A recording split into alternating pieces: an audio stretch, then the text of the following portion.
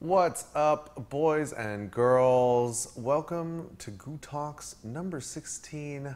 I am your host, gootecks. Thank you so much for joining me here.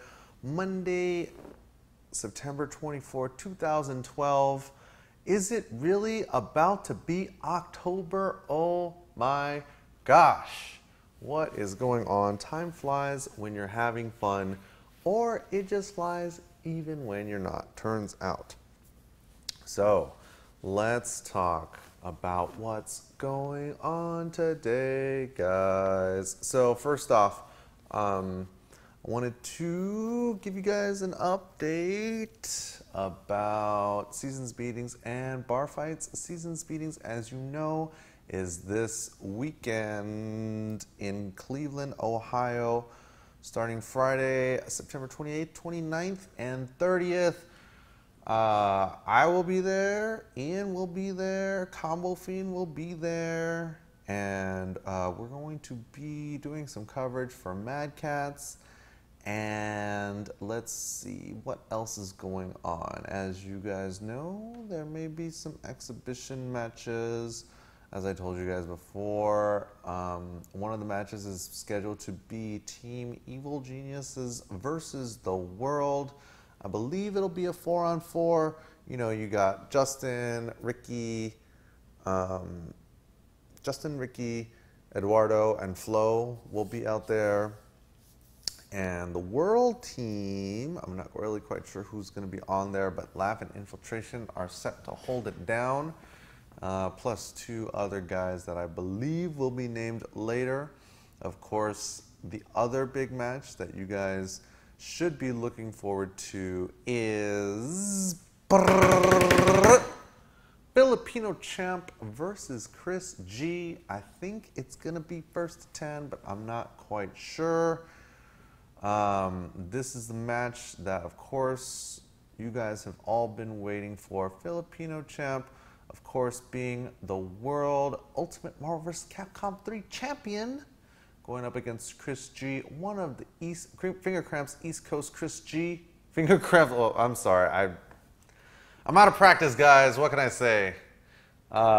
Finger Cramps Chris G, holding it down all the way from New York City. And they're going to be playing Marvel vs. Capcom 3. And Chris G, you know, as you guys know, one of the East Coast's finest players. I believe Champ said that Chris G was his rival because Chris G managed to beat him once out of like 5 tournament matches, something like that. So I guess that qualifies him to be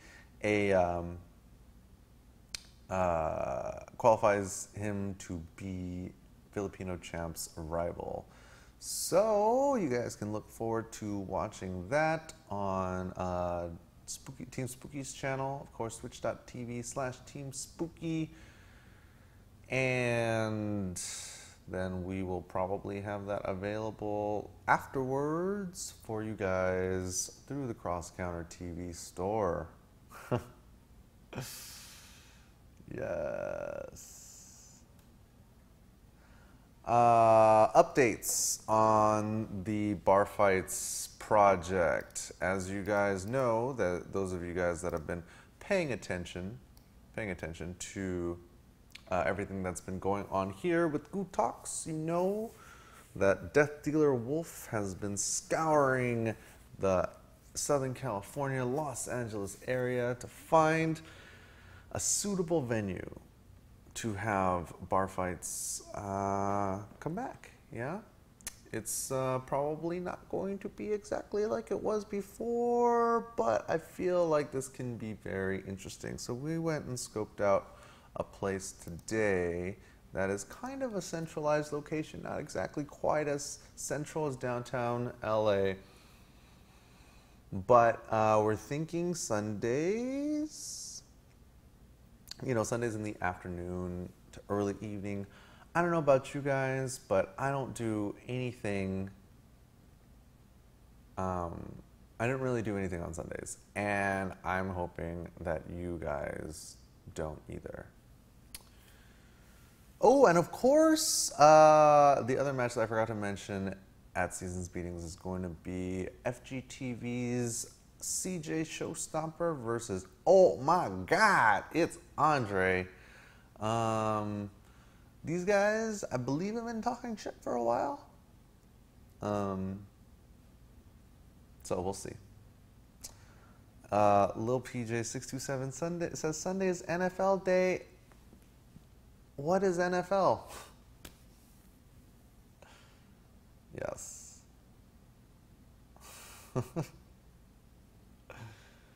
So that's what's going on. That's what's been going on over the past few days.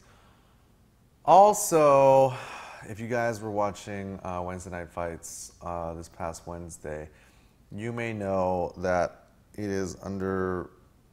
It's very got some very sad news for you guys, but Family Fun Arcade is closing, which is very sad. So I wanted to talk with you guys a little bit, kind of about the history of FFA and my involvement in, you know, a lot of the work that was being done over there at one point, and just kind of, I guess, share some fond and not so fond memories about FFA, because I guess towards the end of the year they'll be shutting it down. So basically, if you guys missed the memo, Ralph, the owner of FFA, Japan Arcade downtown, and Super Arcade in Walnut, the home of Wednesday Night Fights, is going to be closing Japan Arcade and Family Fun Arcade, I guess due to some health problems. Let me find the link right here. Or maybe one of you guys can find it. Let's see. All right, you guys find it. I can't find it. Anyways, so I guess it's just time. You know, I think that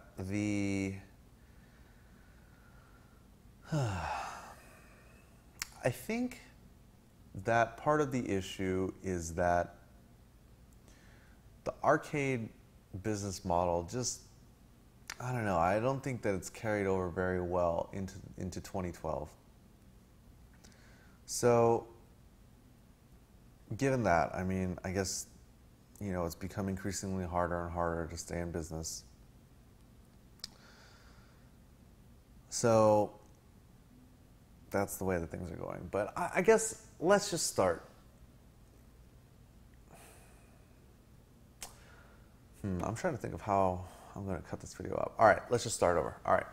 So guys, I wanted to talk to you a little bit about FFA. As you guys know, it's going to be closing pretty soon at the end of the year. And, you know, it would just not be right for all of you guys to not really, for you guys to not know or not understand the importance of FFA's history as it pertains to the current state of the FGC. So I guess we can just start at the beginning, right? You know, back in 2004, I think it was 2004, that was the first time that I went to FFA. And you guys might be like, oh man, like, you know, how come you didn't go there sooner? And it's like, well, you know, I didn't have like a reason to go to FFA, because for those of you guys that aren't from the LA area, FFA is like 30 minutes, at least 30 minutes northwest of downtown LA. And I was living in Pomona at Cal Poly at the time, making the drive about an hour. But it was around EVO 2004, the last one that they had at Cal Poly.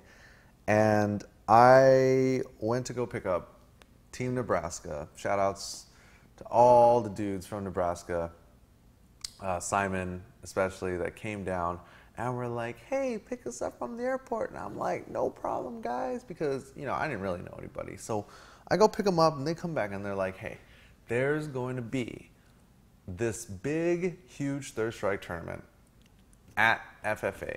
all the Japanese will be there, all the top FFA players will be there, let's go. And what did I say? I said, all right, pile into the car. These dudes, by the way, very big Nebraska corn-fed boys, like not skinny little dudes. So we all pile into the car and we head over to FFA, and I'd never been there, so I didn't really know what to expect, right? I get there and I meet, I guess, 2 of FFA's ambassadors, none other than Matt X Chin and 5-star Yi Wang. And I was just a wee nooblet at the time, but these guys were nice enough to welcome me. They knew it was my first time there. They said, hey, thanks for bringing the Nebraska boys down. I'm like, no problem. And I walked in, man, and it was like, this is the place that I've been looking for my entire competitive Street Fighter life. They had so many Third Strike cabinets, and they were all back-to-back Third Strike head-to-head cabinets with American sticks, which at the time was unheard of. We didn't have head-to-head cabinets, and not everybody was using Japanese sticks back then. But it was the first time that I was there, and I witnessed one of the best Third Strike tournaments probably in history. The World Championships of Third Strike, held at Family Fun the day before, EVO 2004. I think Mago was there, maybe Daigo was there, Sugiyama was there, KSK was there, man, Pyro Lee, Victor Lee, 5-star, Amir, Kenai, all these guys were there, man. And it was crazy. Like, I don't remember who won, so don't ask me. It's not really about who wins. It's really about who was there for the event at the time. And, after this, I was hooked. I would be going to Family Fun, making the drive from Pomona, that hour-long drive, basically every weekend. Usually Saturdays, I think. And, we would go, I would go, long drive, listen to a lot of audiobooks in the car. But I would drive all the way to Family Fun. And, I wasn't any good, back then. And it took time, really like years, a lot of time of like being there and like earning the respect of the other FFA regulars. And these guys, let's just say that this was not a welcoming crowd. But as you got better and as you proved your worth, then everybody, you gain respect from everybody. And that's really what it's all about, It's not like it is now. Now people are like generally friendly. Everybody knows each other on Facebook. You don't have a whole lot of overt shit talking. But I remember distinctly playing one guy in particular, Ed Ma, the master himself. You guys who were around in 2009 may remember Ed from getting 3rd place at EVO in Street Fighter 4. Anyways, this was back in the day, and I didn't know Ed. Ed didn't know me. But we were in the back because, at the front of FFA traditionally, and I'm pretty sure it's still like that even now, but you have the big boy machine, and then you have all the little boy machines in the back. And I was in the back, there was like the big showcase cabinet with the big screen analog TV. I was playing back there and it was late. And Ed's playing there and he's just messing around with like some random characters. And I walk up and I play and I'm like, playing and I'm like, oh hey, you're Ed Ma, and he's like, yeah, whatever. And we're playing and he must have beat me 10 times in a row at least. And Ed looks at me and says, do you even know how to play this game? And if you ask Ed about that, he will deny that forever. But I heard it with my own ears. I was like, ooh, Ed, why you gotta be so mean? I was like, yeah, I know how to play this game. Ed, fuck you. And then I proceeded to whoop his, no, I'm just kidding. I have no idea what happened. But it was painful. My feelings were hurt. But, you know, slowly over time, like I said, you know, I got to know everybody. I was meeting dudes like Arlith and Shogo, and of course, Dr. Sub-Zero himself, John D. Rockefeller. I remember it was one of the first times I went to FFA.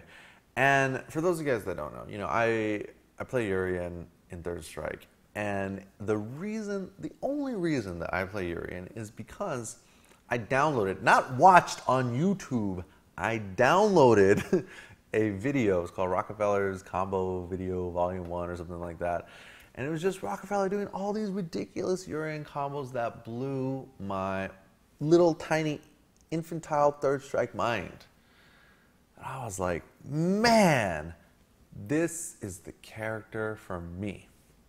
Were it not for these videos, I would certainly not have picked up Urian and certainly have never gone to Family Fun. And as you guys will hear later in this long, drawn-out story, I would have never gotten involved in all the things that have made me gootecks and have brought all of, you know, the stuff, the work that I've done, as well as the work that Cross Counter has done, to fruition. So I go to Family Fun one time, and I see Rockefeller out there, and I'm like freaking out. I'm like a little fanboy, right? And I'm like, hey, are you Rockefeller? And he's like, that's the word on the streets. And I'm like, man, your videos are awesome. You inspire me to play Urian, blah, blah, blah. I'm going on and on and on. And he's just like, thanks. Walks away. Conversation over. Didn't speak again for months, maybe years. And, you know, it was like that. It was moments like that that kind of like kept the competitive fire in me going, because, you know, I really wanted to be good. And it was through consistently going to FFA week after week after week that I was able to grow as a player, you know, and not just grow as a player, but also grow in terms of like my network, the player Rolodex, right? Which would definitely come in later as I would start to work on different projects. And it was about 2006, you know, I've been going there for a long time, that everybody started to, well, I guess that the scene started to shift and grow a little bit. I'm gonna say that maybe somebody, one of the FFA regulars, had just gone to Japan and saw how they were doing their Third Strike ranking battles. So the FFA regulars, Arlith, Shogo, 5-Star, Rockefeller, they all kind of banded together and were like, hey, we should do our own Third Strike ranking battles. And thus, the Third Strike ranking battle series was born. Pretty sure this was 2006. And it was interesting because at the beginning, the idea of doing videos and doing direct capture from the arcade board, just, it really wasn't being done anywhere else that I'm aware of anyways. And the idea of doing commentary, live commentary, while the matches were happening was also something that was currently not being done anywhere else that I'm aware of. But Rockefeller, Dr. Sub-Zero, pioneered it. And the very first ranking battle happened, and it was tough, man. Single elimination, one game. It was like, it started on a Friday night, and like everybody gets there, you know, like kind of early, and it's like, boom, tournament's done in an hour. Oh my God. The tournament is done in an hour because that format is brutal. And for those that don't know it, it goes very fast. So weeks passed, you know, and the videos were distributed via FTP, you know, like 300-400 megabyte files. What is YouTube? We didn't have no YouTube. We just, I mean, these videos would be uploaded to an FTP and then posted about on SRK. And then everybody would go nuts. Who knows how many people downloaded them? We have no idea. But what ended up happening was I would listen to them and I'm like, this shit sounds like ass. We were using like a karaoke machine with a mic plugged into like this ridiculous speaker, and that was plugged into the computer. I don't know, man. It was ugly. So I went to Arleth and Shogo and I said, hey, I have a background in audio production. Let me help you guys. Let me bring in my mics and the mixer and the whole bit, and I'll set all this stuff up for you so that this shit doesn't sound like ass anymore. So they were like, okay, let's do it. So next time I brought all my gear, set everything up, and next thing you know, we got not one, but 2 mics available for color third strike commentary with Rockefeller. Shortly after that, of course, Arleth and I had the idea for John to be doing a podcast, and it was through the work that I had done, you know, for the Third Strike Ranking Battle series that, you know, they knew that I could handle, you know, the audio for something like a podcast. And thus the Ask Dr. Sub-Zero podcast was born. After that, you know, the ranking battles continued weekly, evolved over time. And then, I don't know, somebody got busy. I think Shogo was the one doing the editing, and then he got busy. So then next thing I knew, I was doing the editing for the Third Strike Ranking Battle series. And it was so much fun. I was using the same program that I was using to do all the audio, which was Sony Vegas. And I mean, you know, I was doing the player names, and then I started to do the intros. Man, these intros were so much fun because it's like I would take, there's like a website where you can download all of the sprites for every single character and all the different moves and stuff. So I would make these little intros that would showcase like the players, like, because we would only record top 8, right? Like if you weren't fucking top 8, you were not going in these family fun Third Strike Ranking Battle videos, period, ever. Nobody would ever know you existed. So, you know, I would make these intros that would show, like, god damn it. Maybe I could find some. Maybe you guys could link them. But I don't know. Maybe I'll put links in the description. Who knows? But I mean, I would use, like, you know, some sweet little electro song and like do the cuts on the beat, and then I'd start to make these little like mini music videos. There was one to like Chromeo 2-step, and it was like clips from the game, as well as like I had like, you know, like a series of Yun sprites doing like the palms. And then there was this one that I did to the 300 trailers audio. And so I made this like whole little story where like Urian does like forward medium kick and then like knocks Necro into this bottomless pit. What can I say? It was a lot of fun. And through that, of course, I learned, you know, that was how I basically learned how to edit video and create little, you know, intros and stuff. And, you know, were it not for the, I guess, the skills that I developed in terms of audio production and video production, I definitely wouldn't have been able to do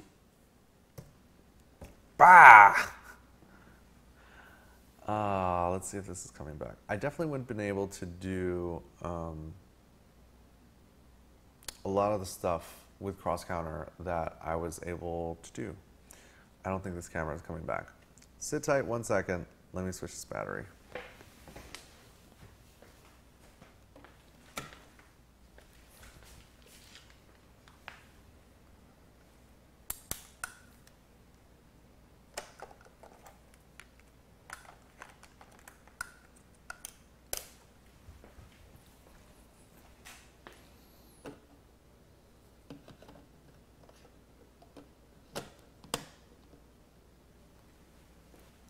Okay. Where were we? So over time, as I started to get to know everybody, I got better as a player. And you can see a lot of my old matches and all these FFA ranking battles. And, it was really like looking back, that was definitely like one of the best favorite periods, or whatever you want to call it, of at least my fighting game career, right? And then a funny thing happened, right? In 2008, there was SBO quals, and I was lucky enough to get selected to be on the East Coast team with Justin Wong and KO Fiend. So we went to Chicago to qualify, which we did. But the reason that I guess there was even a spot open is because a lot of people didn't want to go, because in previous years the tickets had been paid for by the hosting arcade. This year, with the Midwest qualifier in Chicago, none of that was paid for. So I had the idea to raise money for our team. Well, both teams actually, the East Coast and the West Coast team. I had the idea to raise money for our trip by doing a podcast, which then became the Street Fighter podcast. And at the beginning, it was for Third Strike players only, because Street Fighter 4 didn't exist yet. Wasn't out yet. And, since dudes like Pyro and 5-Star and, all these guys were going to be on the team, I'd invited them to be guests on the show. So that was kind of how the early Street Fighter podcast, how all those early episodes came about, because of, I'd been going to FFA for so long that, I'd kind of gotten to know everybody, and then I'd qualified for SBO. So, I was no slouch myself. And, we started to put together, or I started to put together the Street Fighter podcast. And then that kind of grew and changed when Street Fighter 4 came out, right? Because now, as much as I liked Third Strike, all everybody cared about was Street Fighter 4, because, we'd gone to SBO, gone to Japan over the summer of 2008, came back, and it was a different world. Third Strike was done. Street Fighter 4 was the new king. And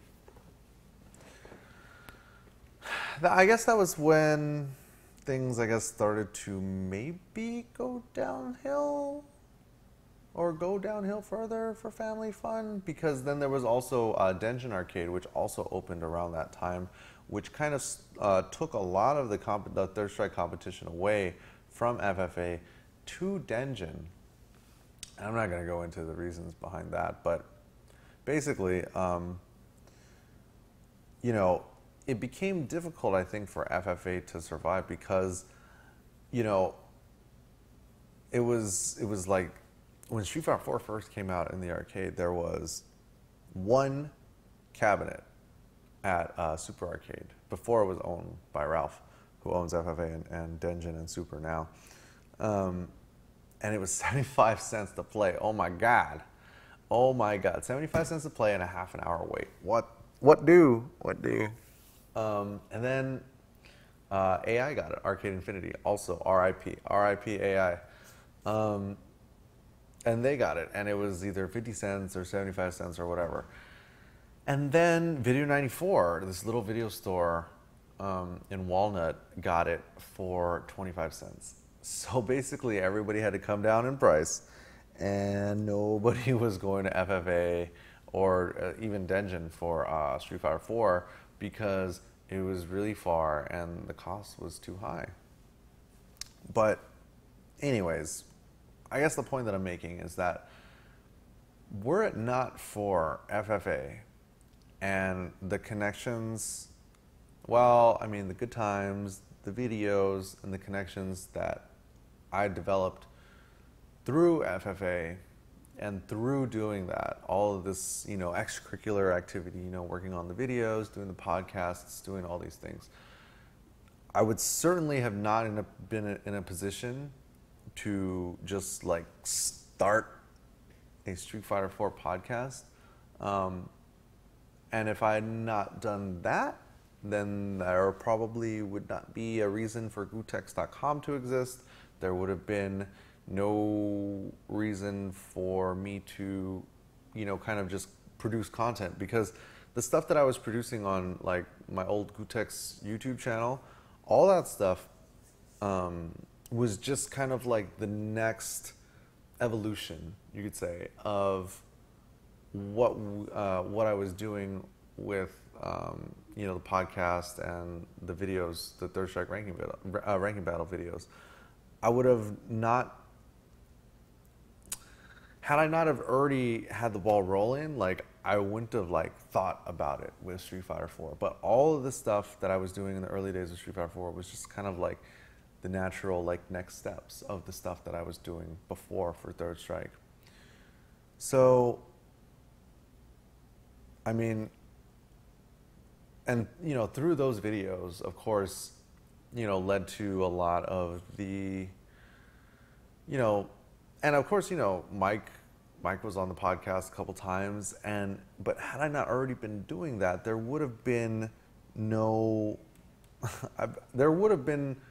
cross counter, because, I wouldn't have already been doing all that stuff. And it's like some of the stuff that we do now, especially in terms of the premium content, like bar fights or seasons beatings, Canada Cup, ECT grudge matches, all that stuff. Even the evolution of streams now, I mean, all that stuff was the type of things that we wished back then that we could have been doing. I mean, back then the Third Strike ranking battles were under the Denjin Video brand, which I helped with. That was like Shogo and Arlith's thing, and I was helping them with that. I helped set up the website and all that stuff. But had I not taken the time to do all that stuff, I mean, I wouldn't have been able to just kind of like jump right in, so to speak, to the things that I do now. So, I guess in that regard, definitely my experiences at Family Fun Arcade helped to, evolve my skills, not just as a player, but also as a content producer and, whatever you would want to call what we do in fighting games now. So thank you to FFA and to Ralph and to everybody that I met there. I mean, there were so many players that took the time out to help me with my game, either just by like fucking talking shit to me for being a scrub, or by actually taking a lot of time to, sit with me and help me understand the game better. Like, were it not for guys like Victor Lee and Mutant XP, like these guys really like spent time, training me to be a better player. And, I definitely owe a lot of the success that I've had in this to the connections that, were built during that time. So, yeah.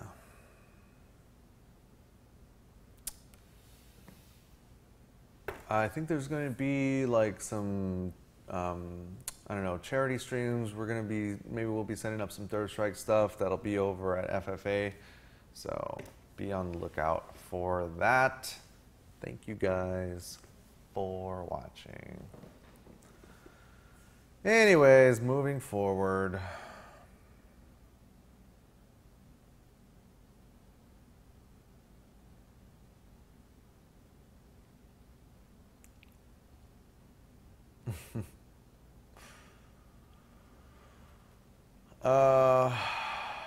Mad Godlike says, Gootecks, what is the status of John D and the Dr. Sub-Zero show? I don't know, man. I'm down to do it whenever, except for this weekend, because I'm not going to be in town. You Send says, Gootex, why did you switch to the 8-arc sticks? Did you only use the Mad Cats because of the contract you had with them? Also, where did the idea of Excellent Adventures come from, you or Mike? Oh my God, you guys. First of all, there was never and has never been a contract with anybody about what sticks can or should be used. Ha! Surprise. One would think that one such contract would exist, but it does not. Therefore, I can use whatever stick I want to use. Currently, 8-arc make my favorite sticks. They work on PS3 and they work on Xbox, so that's why I use them. But the Mad Cat sticks, man, like that's what I played on for years. No complaints there. Who came up with Excellent Adventures?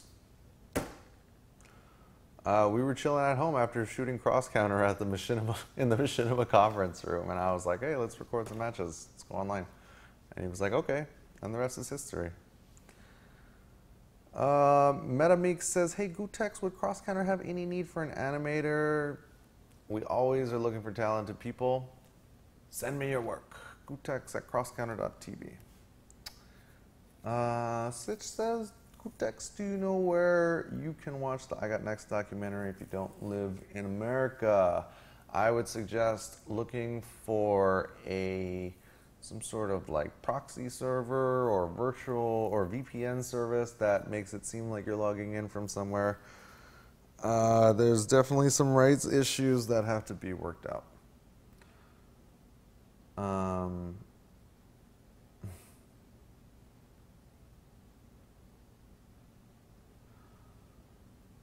Oh, Jesus. Oh, you guys kill me.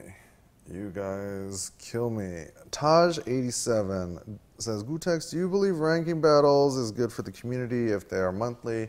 I think ranking battles are great for the community, but I think they have to be done a little bit like weekly. Typically, I believe there were 6 or 8 tournaments in a season. So each season would be like 2 months, right?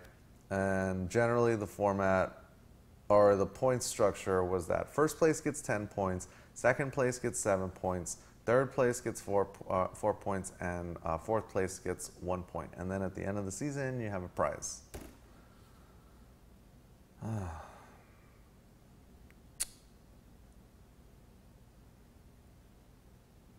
Jeez, okay. You guys' questions are killing me.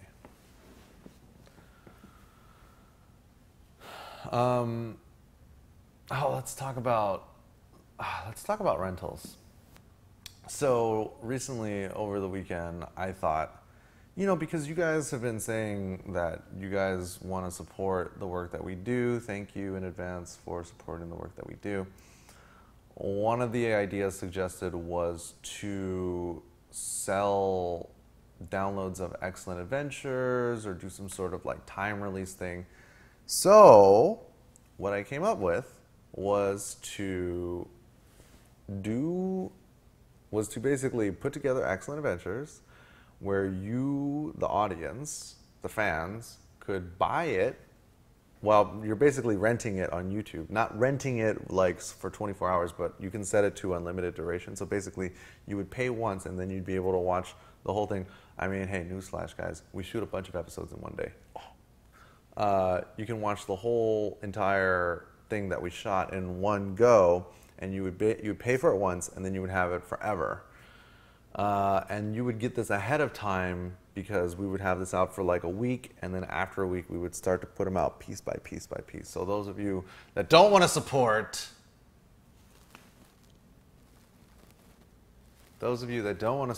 or don't have any money or a credit card or whatever, can still watch it all eventually for free. So that was the idea. The problem is that I have no idea if it works or how to track the sales or how to get the money. If you look in the YouTube help files, it says that the money that you earn from the rentals goes into your AdSense account. So I set up an AdSense account with the same email, and I purchased it from another account, and it's not showing up. So until this gets worked out, I don't know what to do. So instead, I would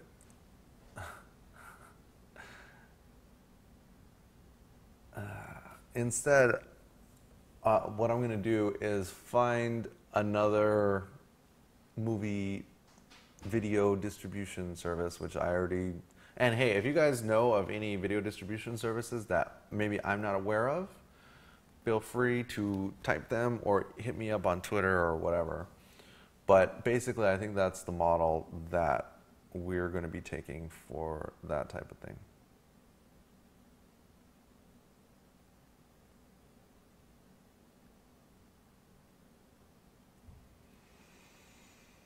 Tube 8, Spankwire, Blip. Yes, all of these are good aside from the fact that 2 of them are porn sites and 1 of them is you can't just download the stuff. I mean, you can't pay to download it. Vimeo has, for those of you that do videos or short films, Vimeo offers a tip jar function where you can watch the video and then tip the content creator a certain amount. Problem with that, of course, is that Vimeo does not allow any sort of video game content at all.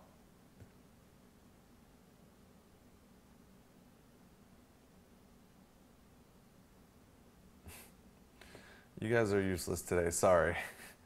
I asked for video distribution options and all you guys know are porn sites. I'm going to assume you guys are just a bunch of fucking perverts sitting there jerking with 2 windows open. One watching a video of me and the other one watching some girl get fucked in the ass.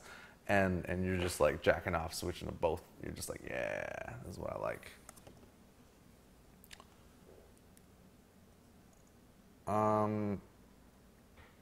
Straight Plums says, why not Netflix be the first? I don't know how to get the stuff on Netflix. If you guys want to, if you guys want to do some research for me and help me set that up, perfect.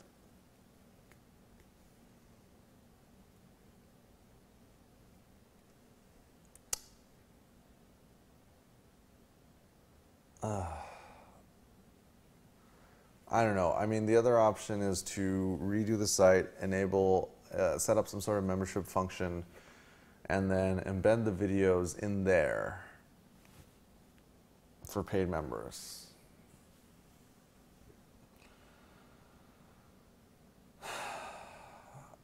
Maybe I didn't explain it right.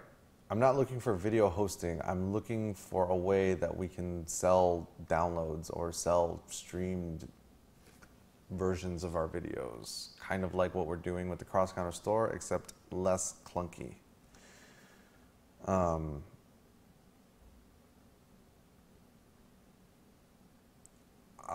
iTunes is not really an option due to the amount of time it takes to get content on there, and I don't know how to get video downloads on there.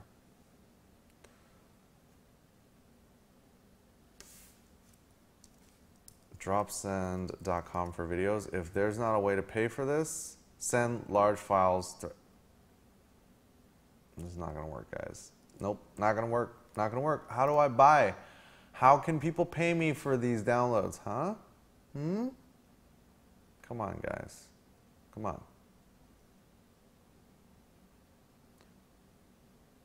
Okay.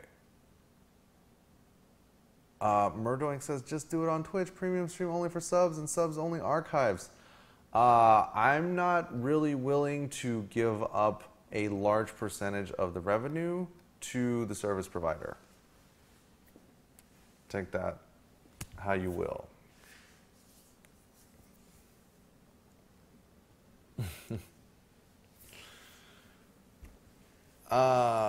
Certainly it's not about the money, but you guys do realize that if we can actually make money from doing excellent adventures, you guys would probably get a lot more of them, right?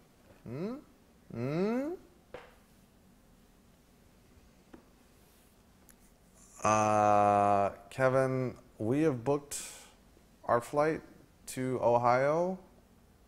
So if you want to come, book your flight. We're leaving Thursday at 6 a.m.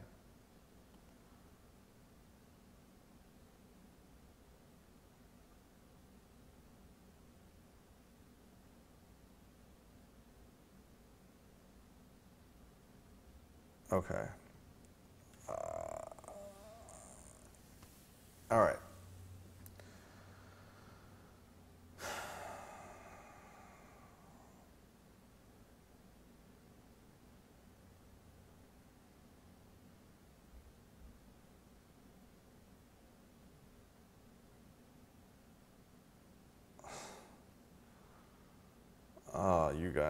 You guys.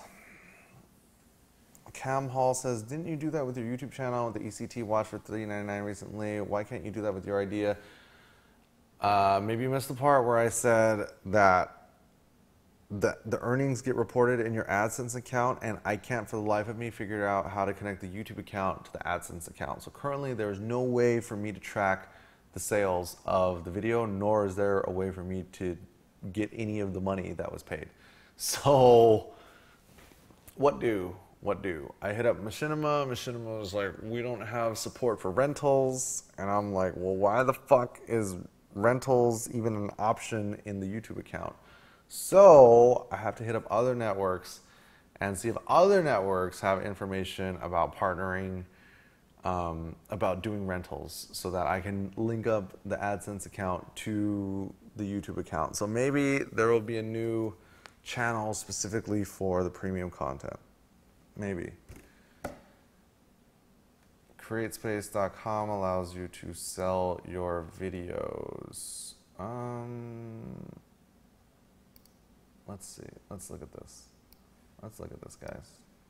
I've looked at CreateSpace before.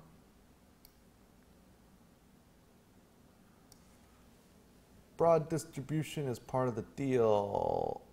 Learn more about downloads. Create a video download. Titles must be at least 20 minutes long. Download to own, download to rent, video download, blah, blah, blah. Pricing and royalties. Oh, get the fuck out of here. Hold on.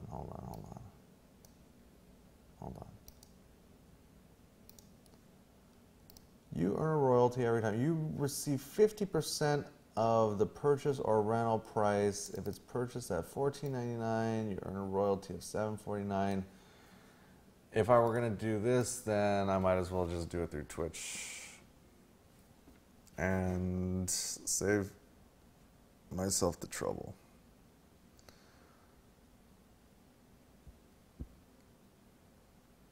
Audio is popping. Okay.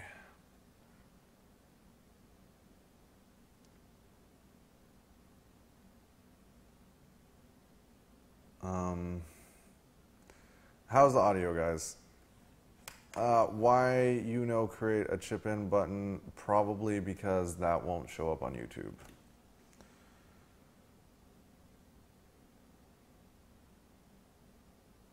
Okay, everybody. All right. Okay. Thank God, because if the audio wasn't fine, I would be super sad, because that would mean that I didn't actually figure out what the issue was.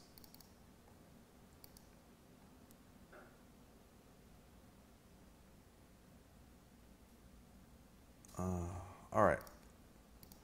Moving forward, do you guys have any interesting questions for me? If not, Stitch says, doesn't YouTube automatically connect your AdSense account to your YouTube account if you use the same Gmail address? We use Google Apps to use crosscounter.tv email addresses, right?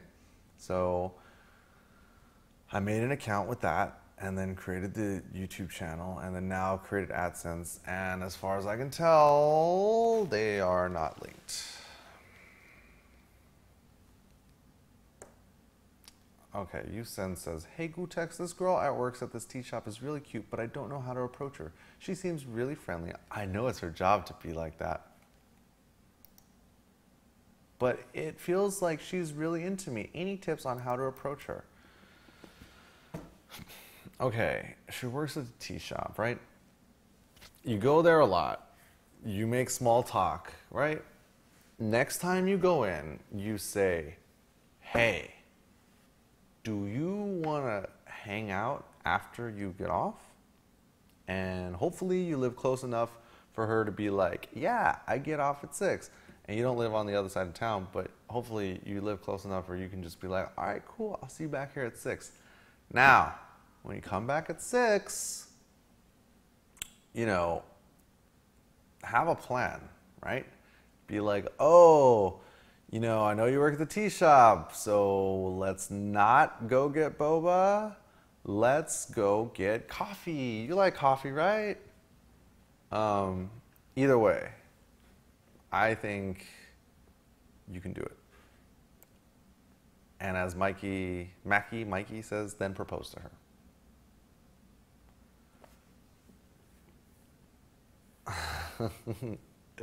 Potato Head 214 says, Gootecks, I always see you drink these nasty shakes. Are they appetizing? Okay, let me tell you guys a little secret. If you guys were watching on Friday, my cousin was here. My cousin was like, hey, are you going to do gootalks today? I want to come by and see the lackluster magic happen. And I was like, all right, man, you want to come chill for an hour, be bored out of your mind? No problem. As you guys may have seen, I did have a green smoothie here, although maybe I didn't show it on camera. And I'm pouring it for myself, and man, it was like 3 beer glasses worth. And I was like, you want to try some? And my cousin's like, all right, I think he didn't want to be rude. So I'm like, here you go. And I pour it into this little glass, maybe like this much, and he drinks it. He was like, this is not bad. So, there you go.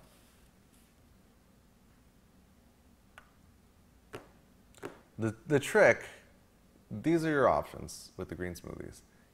A, you balance out the greens, your kale or your greens or your spinach with fruit, such as strawberries or pears or apples or banana. If you put a banana in, the whole thing tastes like banana. You only need 1 banana and the whole thing just has this banana flavor to it. So you can counterbalance the nastiness of green vegetables. Ooh, green vegetables are so gross. Oh my God, my mom made me eat a salad once and I hated it. Fuck green vegetables. Or balance it out with fruit, or you can add protein powder. I use chocolate flavored protein powder, and it makes the whole thing taste like chocolate. I feel like it's cheating, but it works.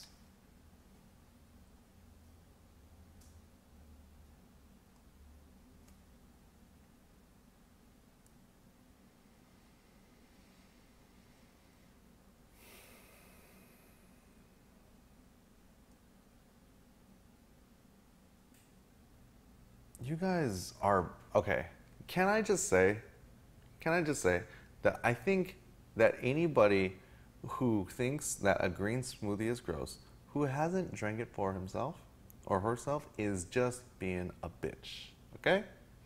If you haven't made it and you haven't tried it, then you don't know what it tastes like. So you could be like, whoa, Gootecks, you're falling off the fucking deep end, bro. Why would anybody want to consume such nastiness? Maybe, just maybe, because it makes my life just that much better. Because what happens is that when I drink it, I know that this plate of fruit and vegetables that is now in a glass that I drink, I know that if I had to eat all of that manually, like the old-fashioned way, I just wouldn't do it. Because really, like, who's got, it's, you know, it's just not that easy. It would take longer than I have to just like eat it all manually. So instead, I'll just put it in the blender, and it tastes good together. What can I say? What can I say, guys? Furthermore, when you have one of these, you can easily, especially if it's like 2 glasses, maybe even 3 glasses, you can be like, okay, this is good. This is breakfast right here, right? And I don't know about you guys, but I'm not trying to be fat. Like, no offense to you people that are fat, but I'm not trying to be fat, right? Like, I have responsibilities, right? I take pride in knowing that I am eating properly at least 1 meal of the day, right? At least 1 meal. I'll go work out, make the green smoothie, add the protein powder, and then there's breakfast right there. And I'm hungry again in like 2 or 3 hours, maybe make some oatmeal or like some eggs or something, and I feel good about myself, man. I didn't go to fucking McDonald's and have a egg McMuffin. I mean, as delicious as egg McMuffins are, I'm not trying to be that guy. I'm trying to be the guy that is slightly to moderately to even above average, you know, build and health. Like, dude, like, what is wrong with you people? Really?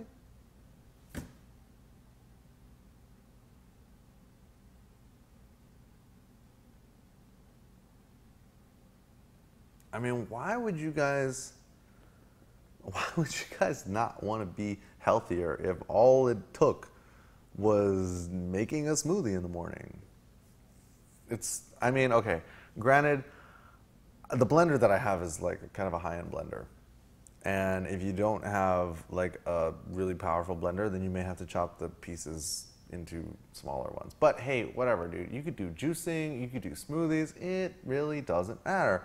The point is that if you make the effort to be healthier, you will feel better. Like, I don't know if you guys know about this. I don't know if you guys know this about me, but I'm not like the happiest person in the world. Like, I don't know if you guys see me or understand that, like, if I'm not working out and like doing the smoothie thing, like, I just generally feel like shit. Like, if I go long periods without working out, you know, I get like fat and lazy. I don't know why. It's just like that. So that's like a big reason of why I work out. And if I'm gonna work out and do weights and cardio and stuff, then you better believe that I'm gonna add some protein powder to what I'm gonna be drinking afterwards, you know?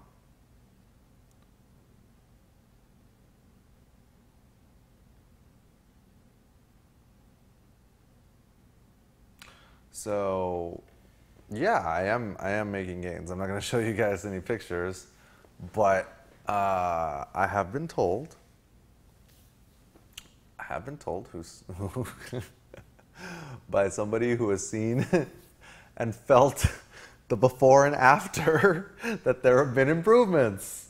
So that's why I do it, bros. Come on.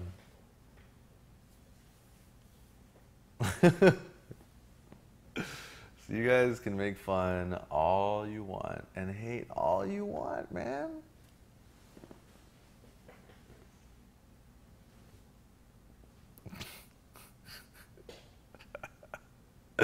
Oh, Nuja Best says after every 15 pounds lost is a slightly bigger dick. Think about it, right? If you are this big, right?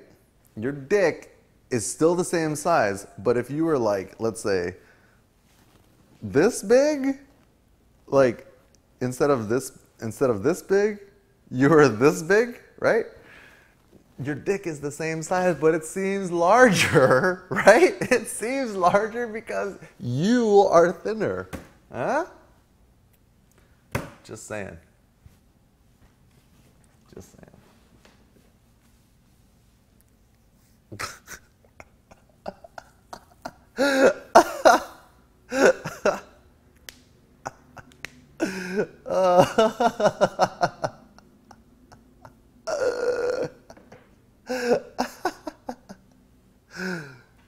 Oh, you guys. Hey, it's true though, right? Don't think for a second it's not.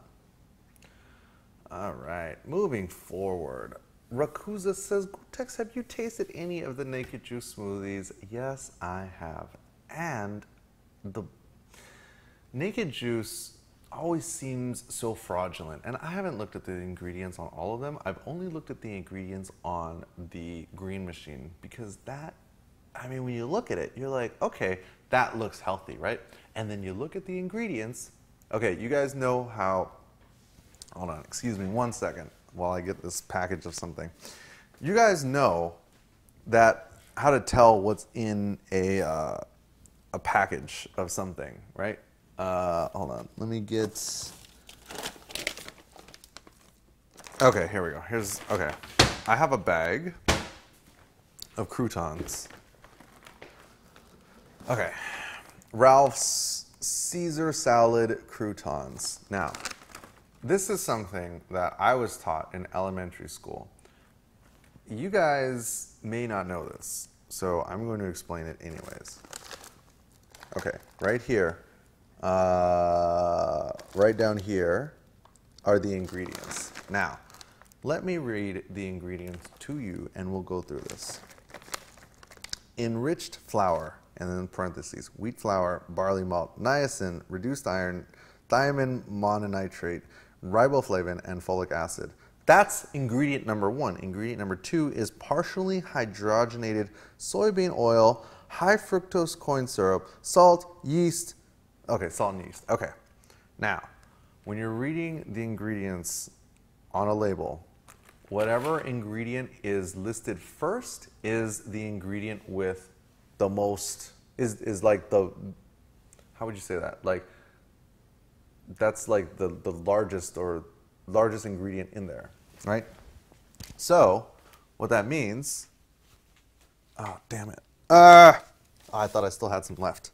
Now we can look at this Coke bottle, right? And this Coke bottle, one of the Mexican Coke bottles, which if you guys don't know, is made from real sugar. Now ingredients, carbonated water, sugar, corn syrup and or fructose, caramel color, blah, blah, blah. So what I'm saying is that when you look at the Naked Juice bottle, the green machine, which looks deceivingly healthy, you will see that the number 1 ingredient is apple juice. Apple juice. Why do you have apple juice in the green machine stuff, man? This shit is not supposed to taste good. But they make it taste good and they give you the illusion that Naked Juice is like super good for you. But when you look at it, it's like apple juice and cucumber and celery. And for those of you guys that don't know, cucumber and celery are like, it's not like they're bad for you. There's just not that much in them because the greener the vegetable, the more, you know, stuff is in it, nutrients. Come on, guys, everybody knows this. So when you look at the ingredients, it's like apple juice, cucumber, and celery. What the fuck? The fuck, man?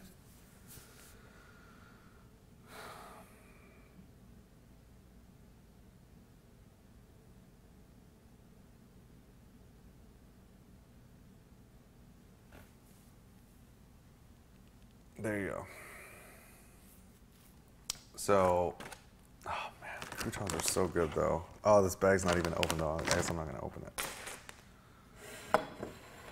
Do I take supplements or vitamins? I take protein powder, that's it.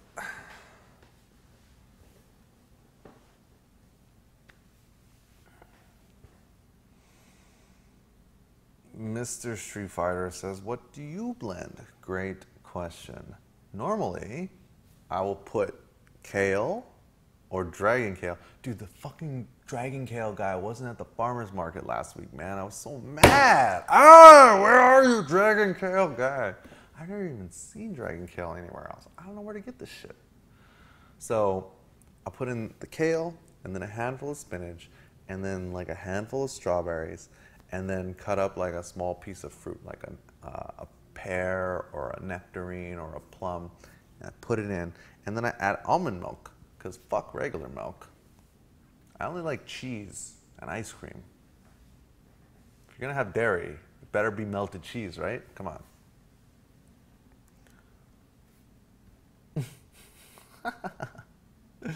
Oh, you guys are awesome. I love the guys that come in here and talk shit.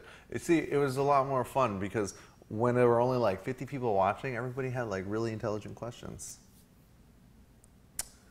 Oh, Z from Cross Counter Asia says, what do you think of New York City Mayor Bloomberg banning sales of large sugary drinks within the city to combat child obesity? Man, what a step by Mayor Bloomberg. I mean, let's be real, guys, right, for a second. If you want to be fat, that's fine. If you want to if you want to drink, you know, soda all day and eat fast food, that's one thing. But the kids, the current generation, they don't know. They just know what tastes good. And what tastes good to them is fast food and soda. And what's going to happen when these poor little kids that don't know any better, that have their parents giving them all this crap, what happens when they grow up? They're going to be obese, right? That sucks, but that's reality. If we could ban sugary drinks here in LA, man, I'd be all for it. I don't necessarily think that it's going to help the problem, but it certainly won't hurt the problem. Although now you may see some kids that are like dealing like large cups of soda like on the side, like, yo, man, you got that large Sprite? Got that XL Cactus Cooler? Got what you need right here, right? I don't know. I don't think it's going to help. But it certainly won't hurt. I mean, it's so hard though, man. You know, you see these little kids and they might not know why they're big, you know? That's, to me, that's tragic. Super Moose says, Gootecks, I love fried chicken. Do you love fried chicken? What is your favorite place for fried chicken? My favorite place for fried chicken, man, is Roscoe's Chicken and Waffles. Man, I haven't eaten there in so long. But yeah, probably educating the general populace about, you know, the dangers of being fat. You know, you see people, and I'm not talking about overweight. Yo, man, if you got like an extra 10 pounds on you, whatever. I'm not talking to you. I'm talking about the people who are huge. I mean, like, really large. You know, like, you can't tell me that these people are going to live as long as somebody who is of average health and average weight. It's just not gonna happen. You know, it's just, yes, Razlit sums it up perfectly. Lack of economic mobility and education leads to obesity. Exactly. It's definitely an educational problem. You know, like the lower, people are of, let's say, lower socioeconomic status, you know, it's a lot, let's be honest, right? It's a lot easier to buy food, like fast food, than like to cook real food every night for your kids. Like, this is reality. And poor education, poor nutrition and health education also leads to, you know, those things. So it's not a problem that banning sugary drinks can solve. It's really more like society as a whole has to kind of change. But I mean, we have an entire generation growing up right now of kids that are, you know, that are bigger than they should be, you know, and for the first time, I think we will see a generation of people that don't live as long as the generation prior to them. Up until now, every generation has lived longer and longer and longer. But I don't think that's going to happen.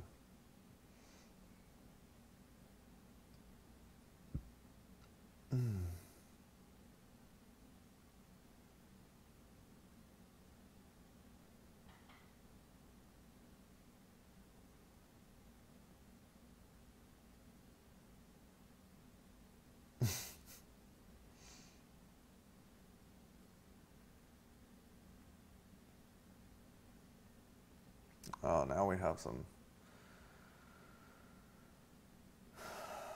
Yeah.